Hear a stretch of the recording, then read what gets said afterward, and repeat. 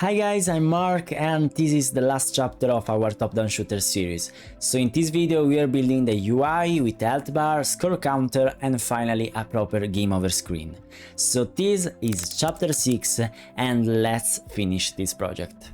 So guys, we are now in the Unreal Engine 5. As you can see, we start with this default map because in reality our start level is not set as default, okay? So in order to fix it, let's go in edit, project settings, and here in map and modes, let's modify these default maps, okay? We don't want open world, we want our start level. Also for our default, okay? So editor startup map, our game default map.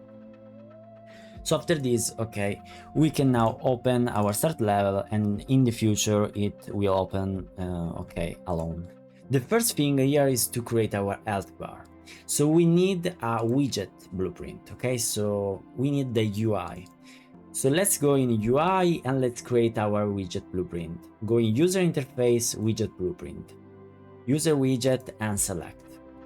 I can call it maybe widget blueprint, okay? So WB underscore, I can call it HUD, okay? So it's our main HUD. Let's open this and let's organize. Now, as you can see, there is the designer mode and there is the graph mode. The designer mode is where you can design, okay, your UI. The graph mode is where in reality you can build your logic, your mechanics, blueprints, something like that, okay?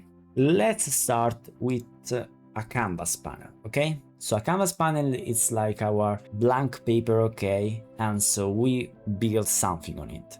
So there is our canvas panel and now we want a progress bar. So it's this, okay? Progress bar. And now we have it, we have our progress bar. Now we can modify the anchor. The anchor is simply the alignment to the screen. I want to use this anchor here, so the left, and now we can modify it. So for the size of the X, I want to choose 300. We can simply move it here, something like that. And now we can change the color, because we don't want blue, we want the red color, okay? We want, of course, 100%. So at the start, you have the full health. Okay, so now we have it, we can now call it a progress bar and check its variable. Let's compile and save, and now if you go in graph, now we have our progress bar, our variable, okay? So let's create a function here. So let's click add and create a new function. This function can be update health, okay? For this update health, we now want two inputs here, okay? So the first one is a float and also the second one, but the first one is our current health. The second one is our max health, okay? Basically now we want to set the percentage of our progress bar. So let's take our progress bar, set %, okay? And this value is the current health divided by our max health, okay? Something like that. So let's compile and save, and now we have created this, okay, logic. If you go back in our character, now we want to create a new variable here, because we don't need our health, but we need also our max health.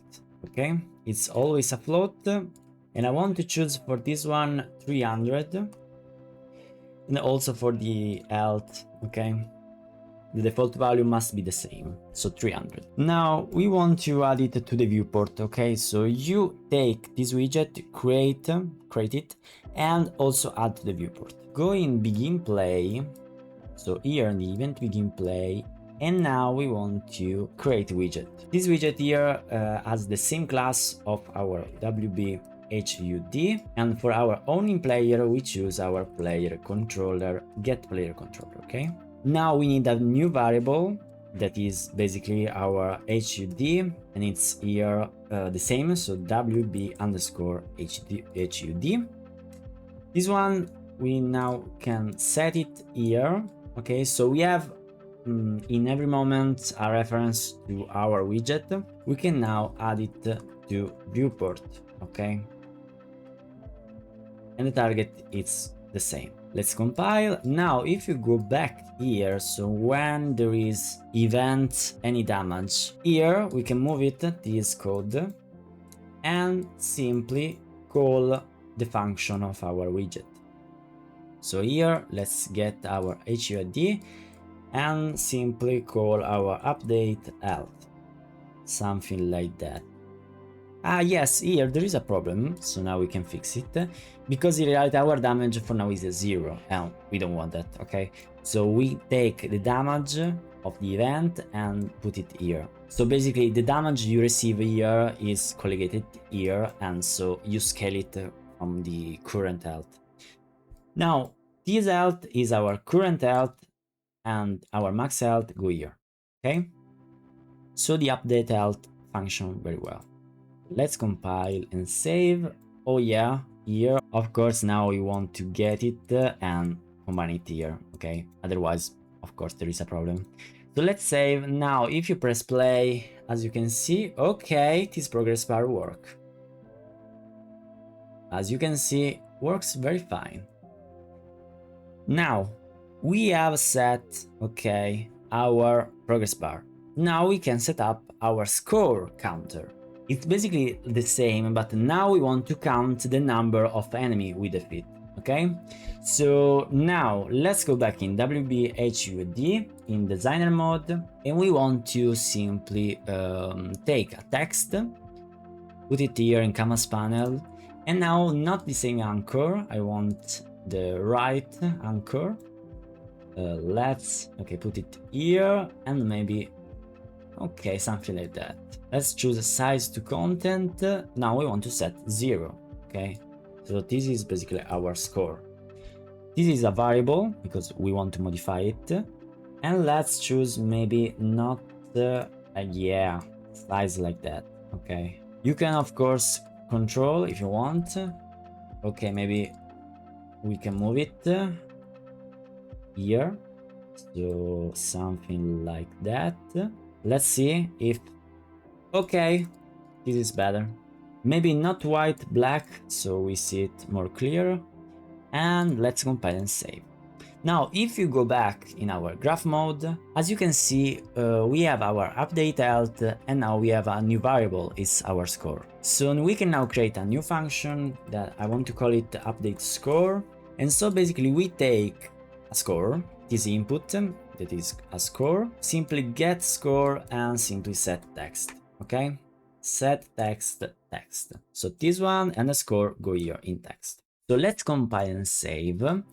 Now, when basically our enemy is dying, you can go here in event any damage. Before, okay, we destroy the actor, now we want to use a new blueprint. This blueprint is very useful and is called game mode, okay? We have already created, it's in our blueprint, and as you can see there is new game mode, okay? That is already our default game mode. So now in new game mode, open full blueprint editor, now we can use a variable, and it's an easy way to access to this variable, okay? An important thing to notice is that new game mode, this game mode, works in your level. So if you create here, okay, your variable, when you close your game or you change level, your variable is gone. Now let's create a new variable here, is our score, and it's a float, okay? So let's compile. In the event begin play, I want to simply set it to 0, okay? Let's save, and now here in the enemy we need to get a reference of this game mode. So how to do this? Basically go in the event begin play here before set timer by event, and now we want to create two variables. One variable is our character ref, basically our BP character, okay? And the other one is basically our game mode ref, okay? And this one, of course, is new game mode. In order to get the reference, we now want to get player pawn and use a cast, okay? So cast to BP character, So basically we say that we get the player pawn. If the player pawn is BP character, we simply save this reference. Set our character reference, set here, and after that we want to use another cast but for our game mode reference. So we get game mode, we use a cast to new game mode, and after that we now want to set our game mode reference. Okay, let's combine it here. Now if you go back here, okay, before we destroy the actor, so now we can modify our game mode and simply put the same value in our widget. We take our game mode reference, get game mode reference, and we simply set score, okay, the same value. Now if the enemy is dying, so this branch is true because the health of the enemy is 0, we now want to get the actual score of our game mode reference and simply add it 1, okay? So now this one is the new score. Now for our widget we want to get our character reference, so get character reference, get our HUD reference, and now we can finally call update score. The score of course is this one, and simply now we can destroy the actor. Let's compile and save.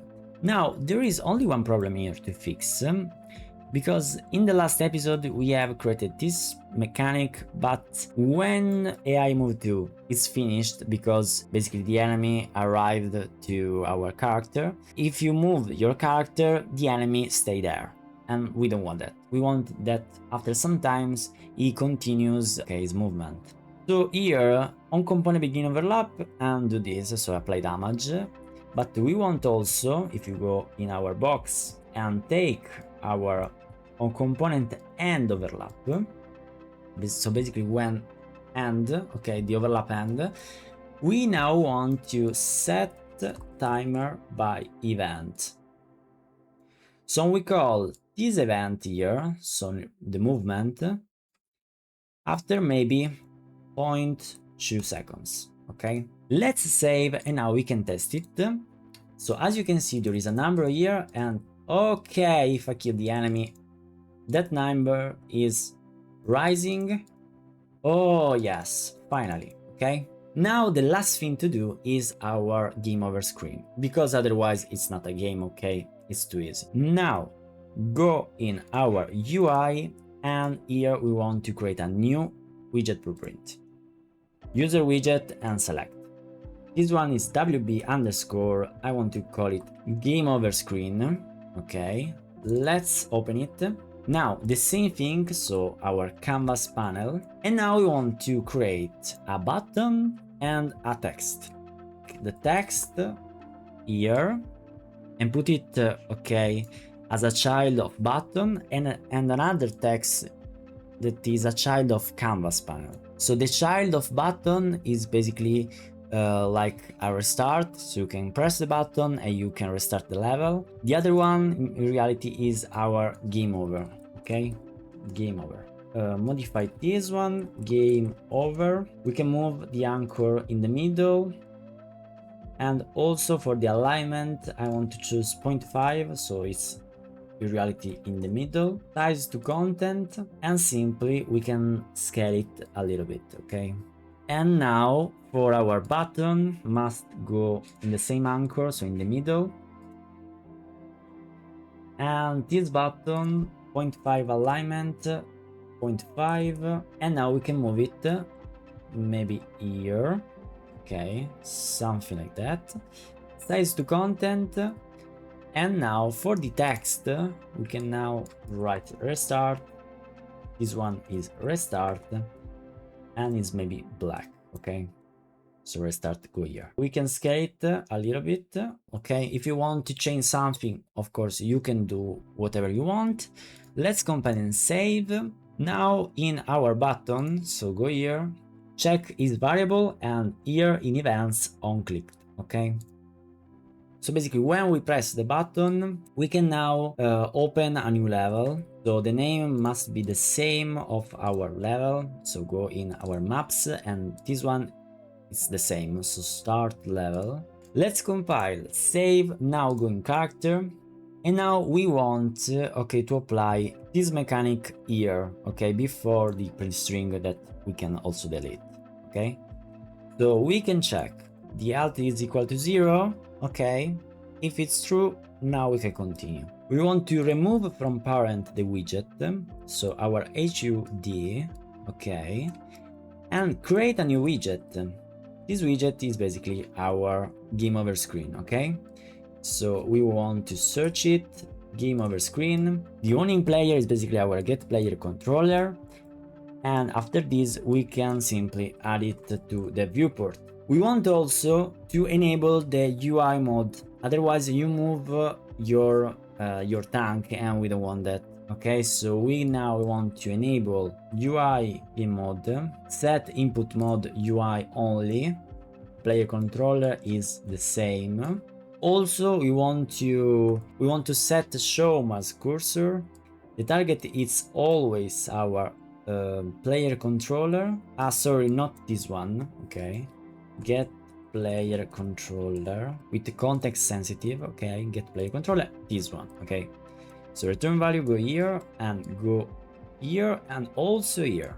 Okay, so basically we now want to show the cursor because the player must click on the button, and after that the only thing to do is to disable the tick, okay, the event tick. So set actor tick enable, we don't want it, okay? The target is self, and okay, with that. Now the same thing must be done, okay, also in the begin play, because otherwise, okay, you are in the input mode when you restart the level, you see the cursor and there is no actor tick enable, and we don't want that. Okay, so take this one and simply copy it. Why disable the event tick? Because as you can see, there is a set actor rotation, and basically when you move the cursor, our tank is rotating, so maybe not. Okay, so in the event begin play, let's move it, let's copy, okay, let's paste it. Now set input mode not UI only, so set input mode game only. Let's get our player controller always. Return value go here, for the target also here, show mouse cursor, disable it, and finally set actor tick enable, we want to enable it. Okay, perfect. Now we have finished, guys, because if you now open this one, as you can see, there is our UI. Oh, okay, no. Okay, so I'm dying, game over, restart. Guys, this is the last chapter, so this series ends here, okay? Let me know in the comments if this series is interesting, if I can maybe improve some aspects of it, and let me know also if you want a new series in the future, maybe an RPG or I don't know, a shooter. So let me know and I will try my best. Thank you for everything, guys. I'm Mark, this is Game Dev Journey, and so guys, bye bye, to the next time.